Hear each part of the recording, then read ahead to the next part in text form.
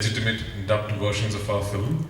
I do believe that as actors we need to make the effort of learning the language and dubbing it in our own voice, because your voice is as much a part of your performance as what you see on screen.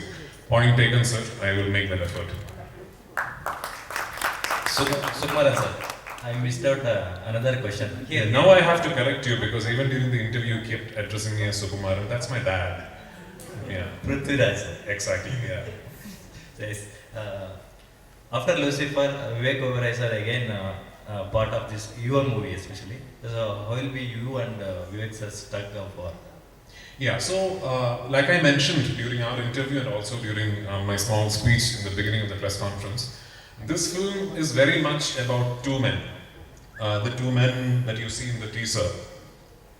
And I keep joking to my co-collaborators that this is like a trilogy of male ego that I've done, because I did Driving License, then I did Ayyappan and Koshi, and this is the third film that I'm doing where the core of the plot is very much about male ego.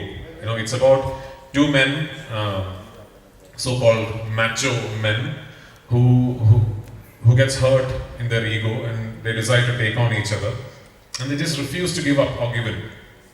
So it was very important that it does not come across as a one character, one actor plot. It is very much about two characters. It is very much about two people.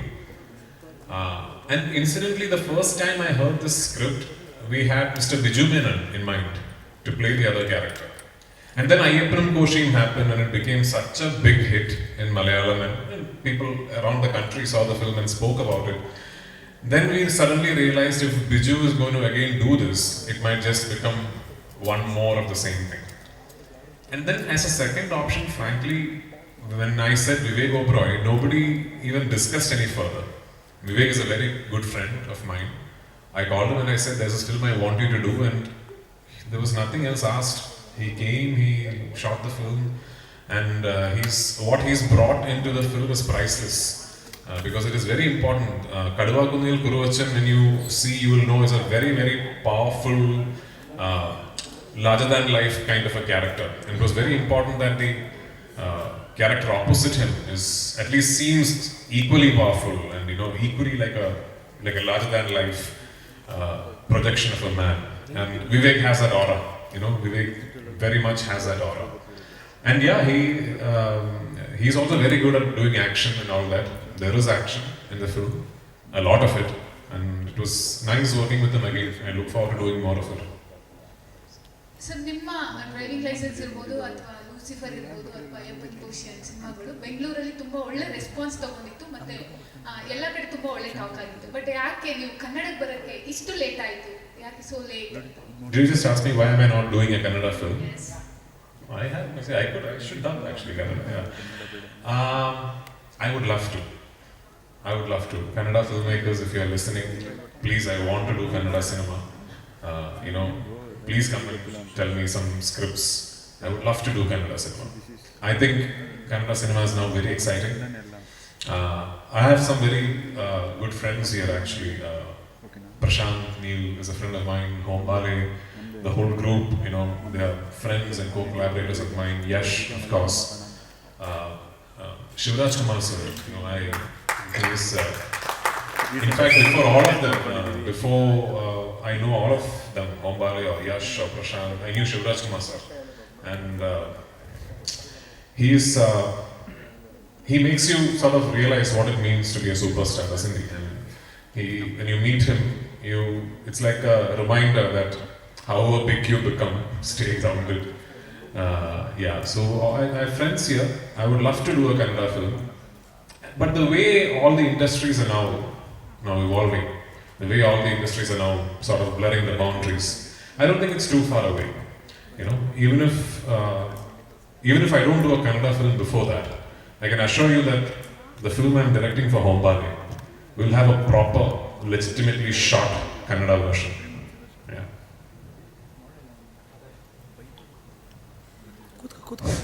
Sir, ನನ್ನ ಹೆಸರು ಭುವನ ಅಂತ, swing news ಇಂದ. ನೀವು direction ಮಾಡ್ತೀರಾ ಮತ್ತೆ? Would you like to ask a question to Samyukta? No, I want to ask you. Okay, finish it. Yeah. Okay.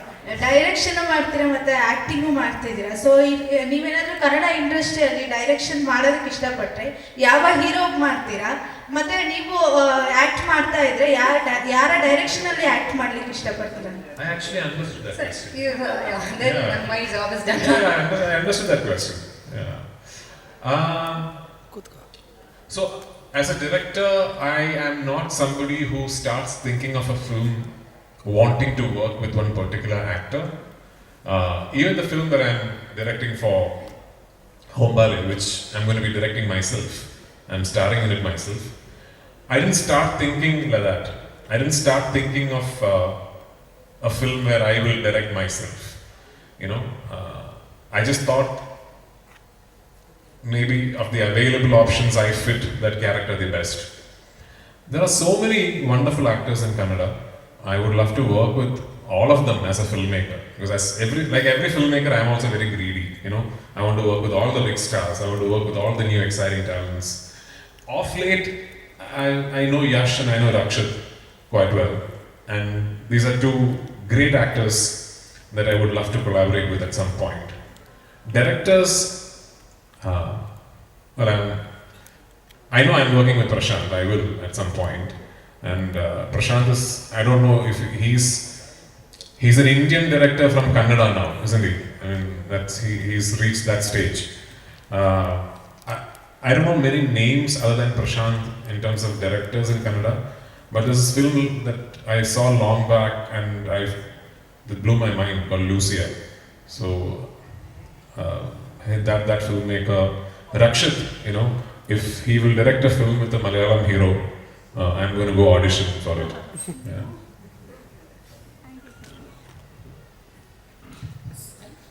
Hi, this is Sachin from Chitrapriya.in. We saw Pushpa from South India, which was pan-India. Before that, Bahubali was there. Now KGF 2. Do you count on Kadwa to become on par with these two movies? No. See, I expect Kadwa to do good business, obviously. But it is not just about the business, right? Films like Bahubali, KGF and Pushpa, I think sort of grew in stature enough to almost become cultural icons. Kadwa is very much smaller in scale when compared to those films. Kadwa is much more rooted in nativity. Even the styling, the design, the aesthetics might not be something that appeals to everybody across the country. We are aware of it. There is a film that happens in the early 90s in a plantation belt called Pala, Kanjaripalli in Kerala. We are aware that the styling, the aesthetics of the film might not necessarily appeal to people across the country. But why this is important, why this press meet, this promotional tour, this process is important, is that I think it's high time this starts. And it has to start at some point. I don't think Malayalam industry should wait to make that one giant film, to start doing these multiple city promotional tours where we spread awareness about our cinema before it comes on OTT platforms. Streaming services has been wonderful for Malayalam cinema. I think it's given us a legitimate national platform for people around the country to sit up and take notice of the content we make. But I also think it is important that even before that, we give film lovers across the country a genuine chance to come and watch Malayalam cinema at a language of their choice on the big screens. So, why I'm doing this for Kadwa is not just for Kadwa. It's for all the films that will follow. It's for the industry that I belong to. It's for the cinema that I'm in love with. And for the language that I know can create beautiful content consistently over a period of time. Sir, I'm Maltesh from Z News. Actually, this is another gift of a pan-Indian category. Now you're doing pan-Indian movie. Is there any plans to do pan-world movie in future? See, nobody asks this to, I don't know, Christopher Nolan, right? So will you do a pan-world film? It's just granted his films are pan-world. So nobody will ask this, I don't know, to Jerry Bruckheimer when he does a film. It's just Granted, it's a pan-world film. So yeah, I do think that it is not something that you design and then do. I think it's organically something that will happen. I don't think even the producers of Bahubali could have designed what happened after the release of Bahubali. Yeah, you hope and you pray that it goes on to become a success everywhere. But I don't think the producers of Bahubali would have imagined that it would become so big across the country and across the world. We are perfectly capable. I think India is perfectly capable of doing cinema that can be seen and appreciated across the world. And we don't need to look anywhere outside for content. I mean, you look into ourselves, you look into our culture, our heritage, our society. We can come up with so much of content. We have the skill, we have the technical expertise. Now we have the money, we have everything. So I think, yeah, I mean, if you mean by pan-world cinema that will release across the globe in theaters and people will come and watch it, I think we are getting there. We are definitely getting there. I mean, you look at reviews of something like an RRR online from the US and the UK, I'm assuming the next SS Rajamouli sir film will have a legitimate theatrical release across the world. We are getting there. We will get there. Yeah. So I have 2 questions. We heard that... you have many questions from afternoon you're asking. I heard that you are going to be a part of Salaar movie. Is it true? One question. Another question is the intention and intuition of the Ayappanam Kosham movie and Kadwa is a bit similar. How can we differentiate as the audience? So regarding the first question, I mean, I would have loved to deny it, but Prabhas said it right, so I can't deny it also. So, yeah. See, Salaar is a project that came to me long back. Even Hombale spoke to me about Salaar even before I agreed to present KGF 2 and all that. Then the pandemic happened and the shoot got postponed. And this film that I was abroad shooting for 3 months, I had to finish that film. So in between I thought I'm not going to be able to do Salaar, right? So I had spoken to Prashanth, I had spoken to Hombale and said, I'm sorry, I don't think it's going to happen. But then again the dates changed and Prabhas's dates had an issue. And then my dates, I managed to finish that film, the huge film that I was shooting in Algeria, I managed to finish that film. And then again this thought came, hang on, maybe now the dates will work. I'll know tomorrow. I'm meeting Prashanth tomorrow. So if Prabhas's dates and my dates and everything else falls in place, then maybe. But I've heard Salaar. I've heard a narration. And I'm very excited to see the film. Yeah, I mean, of course. It's a Prashanth Neel film, it's a Prabhas film, it's a Hombale film. So there are many things working for it, right? Yeah. And your second question. Yeah, it is very much similar in the core, like I said, because it's a tussle between 2 men. For what might seem like a silly reason, but then that keeps growing and keeps growing and keeps growing, and it just becomes a huge issue, not just for them, but for people around them as well. The difference between Ayappanam Koshim and Kadua would be that Ayappanam Koshim was treated as a very real, subtle, organic piece of cinema. Even the writing style was like that. Kadwa is a more testosterone-fueled, cinematic, larger-than-life, commercial, mainstream version of that. The action is very different, the filmmaking language is very different, the scale and canvas is much bigger, and of course the story is different. The story is different, but the core motivation of the story is this tussle between 2 men. Hi sir, this is Sujay. Actually, this is about Janagana Mana cinema, the earlier cinema of yours. Actually, ಏನಂತ ಹೇಳಿದ್ರೆ ನಮ್ಮ ಕನ್ನಡ ಸಿನಿಮಾಗಳಲ್ಲಿ ಯಾವುದಾದ್ರೂ ತಮಿಳ್ ಅಥವಾ ತೆಲುಗು ಬ್ಯಾಕ್ಗ್ರೌಂಡಿನ ಒಂದು ಏರಿಯಾದ ಒಂದು ವಿಷಯನ ನಾವು ತಗೊಂಡ್ರೆ ಅಲ್ಲಿ ಅಥೆಂಟಿಕ್ ಆಗಿ ತಮಿಳ್ ಮತ್ತು ತೆಲುಗು ಮಾತಾಡೋರನ್ನ ನಾವು ಬಳಸ್ಕೊಂಡಿರ್ತೀವಿ ಸಿನಿಮಾಗಳಲ್ಲಿ. ಬಟ್ ಈ ಒಂದು ಪರ್ಟಿಕ್ಯುಲರ್ ಜನಗಣಮನ ಸಿನಿಮಾದಲ್ಲಿ ಇಟ್ ಈಸ್ ಮೌಂಟೆಡ್ ಇನ್ ರಾಮನಗರ, ಮತ್ತು ರಾಮನಗರ ಕಾಲೇಜಲ್ಲಿ ಕೂಡ ಇದು ಕೆಲವೊಂದು ನಡೆಯುತ್ತೆ ವಿಷಯಗಳು. ಬಟ್ ಯಾರು ಕೂಡ ಒಂದು ಅಥೆಂಟಿಕ್ ಆಗಿ ಕನ್ನಡವನ್ನ ಇಲ್ಲಿ ಮಾತಾಡೋಲ್ಲ.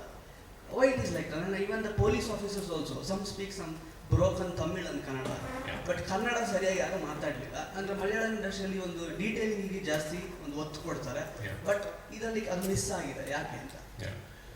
So Janaganamana, when I heard the story, I thought it was important that